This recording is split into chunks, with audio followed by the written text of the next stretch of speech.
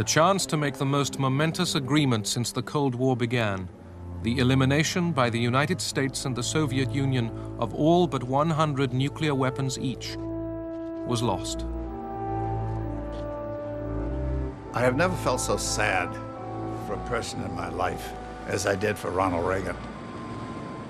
He had been at it for 2 days. He had come, as he said to me, raising his fingers, "Don, we were that close to an agreement," and he wouldn't give in. But what did the Soviets think? At first glance, I would say that Reykjavik almost failed because we were unable to sign an agreement. But later, as we went to our press conference, Gorbachev and I spoke in the car, and we agreed that it was not a failure. And it was at that press conference that Gorbachev uttered a phrase which became famous, that it had been an intellectual breakthrough in relations between the United States and the Soviet Union. Ronald Reagan's friend, Margaret Thatcher, was deeply concerned. We were frankly caught quite badly by surprise when we learned that discussions were encompassing the concept of abolishing nuclear weapons altogether. That would, of course, laid waste the doctrine of nuclear deterrence, and we would have been left without the very center of our strategy.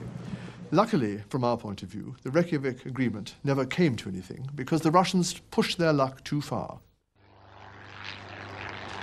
Moscow. Another foreign aircraft breaches Soviet airspace.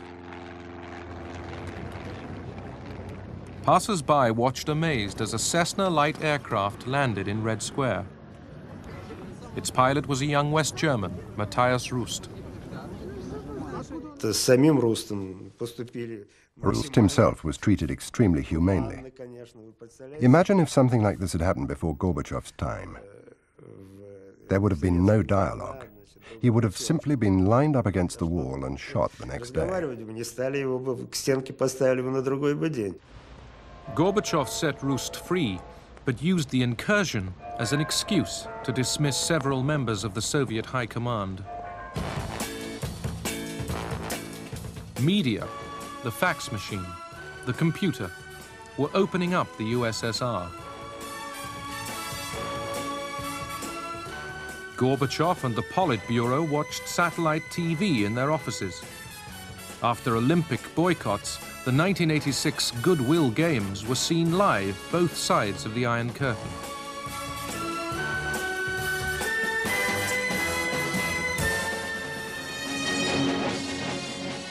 Soviet television was changing. It risked a live debate with Margaret Thatcher. So don't you think that the concept of nuclear deterrence, in fact, invites the side that believes in it to use the nuclear weapons in the end, just to prove this threat from time to time? Isn't a policy of conventional weapons, with the terrible bombs raining down, with the missiles, with the aircraft, with the submarines, with the torpedoes, with the tanks, with chemical weapons, isn't that based on the possibility of threat? I felt very embarrassed for our journalists. It was so painful to watch. At first, I was a little hurt. Then I was roaring with laughter. It was on this occasion that she made so many fans. And we're saying to anyone who dares to attack us, do not do it. You couldn't win. The result will be devastating. I think you're saying the same. I have to say that Margaret Thatcher was one of the politicians with whom it was very important to maintain a dialogue, because she was a very strong personality and a strong politician. And in spite of us constantly arguing with her at every meeting we had, we respected each other's position.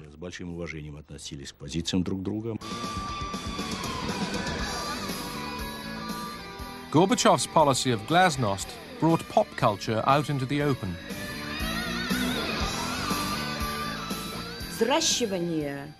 A new breed of young people was created by our intellectuals, a breed that rejected all our Soviet past. This was moral degradation.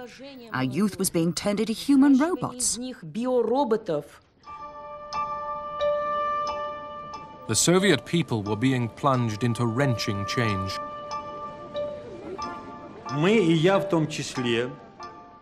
We became particularly worried by the end of 1987.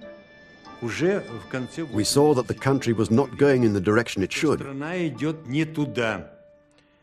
The situation of the people was getting worse and worse. The situation of the armed forces was no better. Gorbachev reacted to growing opposition by pressing ahead with plans to reform the Communist Party. И все-таки все то, что мы развернули через реформу, через демократию вот эту, через советы, через трудовые коллективы, через вот эти вещи все, включения, вот это только путь. К этому надо.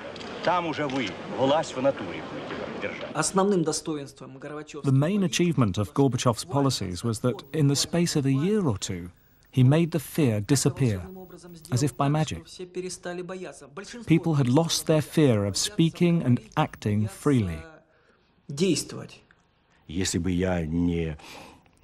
If I hadn't promoted the reforms, if I hadn't tried to let the people breathe freely, if I hadn't tried to open the door to glasnost and democracy, to stir the society, to get it thinking and acting, I would probably still be in my Secretary General's armchair today. I could have stayed there a lot longer, since I'm still quite young.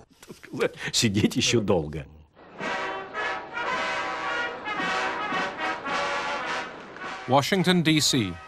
Ronald Reagan still pursued his Star Wars vision.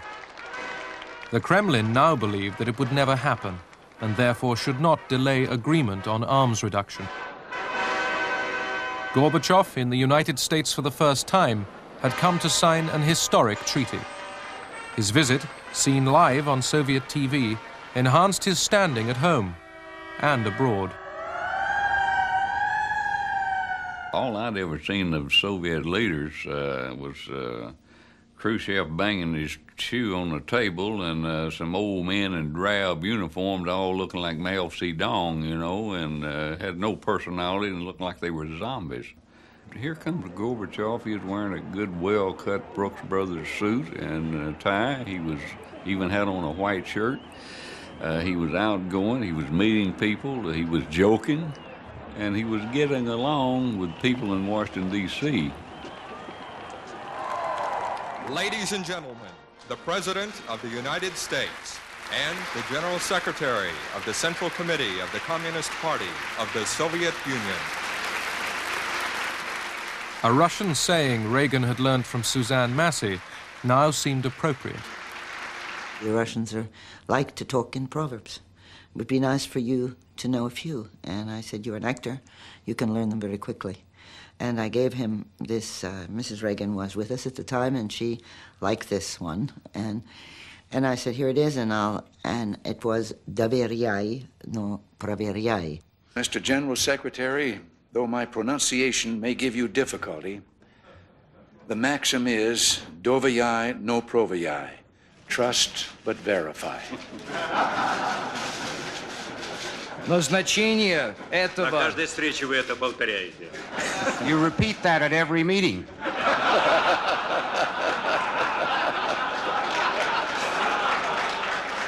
I know of no one else of a leadership stature in the United States in those days who would have moved forward as Reagan did to engage Gorbachev, to engage the Western Alliance, to truly lead the Western Alliance, and to take us through what became, of course, a very constructive, introductory period to the end of the Cold War. Yes. Можем даже обменяться. I think we should change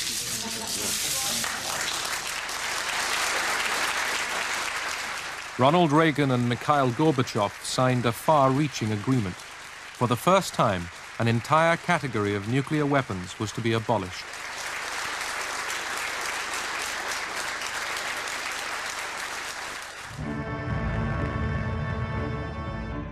In front of the world's cameras, the Americans destroyed their cruise and Pershing missiles.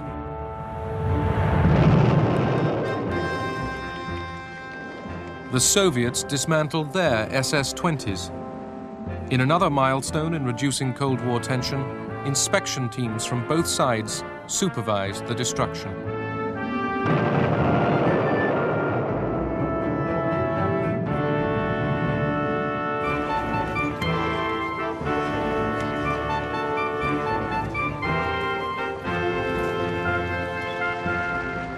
In his last year as president, Ronald Reagan paid his first ever visit to the Kremlin.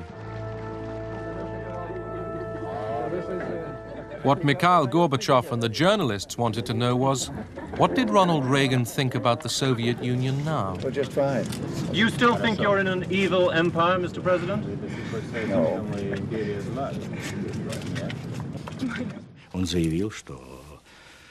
He said he wanted to take back his reference to the Soviet Union as the evil empire. He found a good place to announce it, right in the middle of the Kremlin. But nevertheless, he said that he was doing it, not because he was wrong when he initially said it, but because by 1988, the Soviet Union had come a long way under the leadership of Mikhail Gorbachev. It had become a different country. Why we find ourselves standing like this? Together, the two leaders had seized their chance.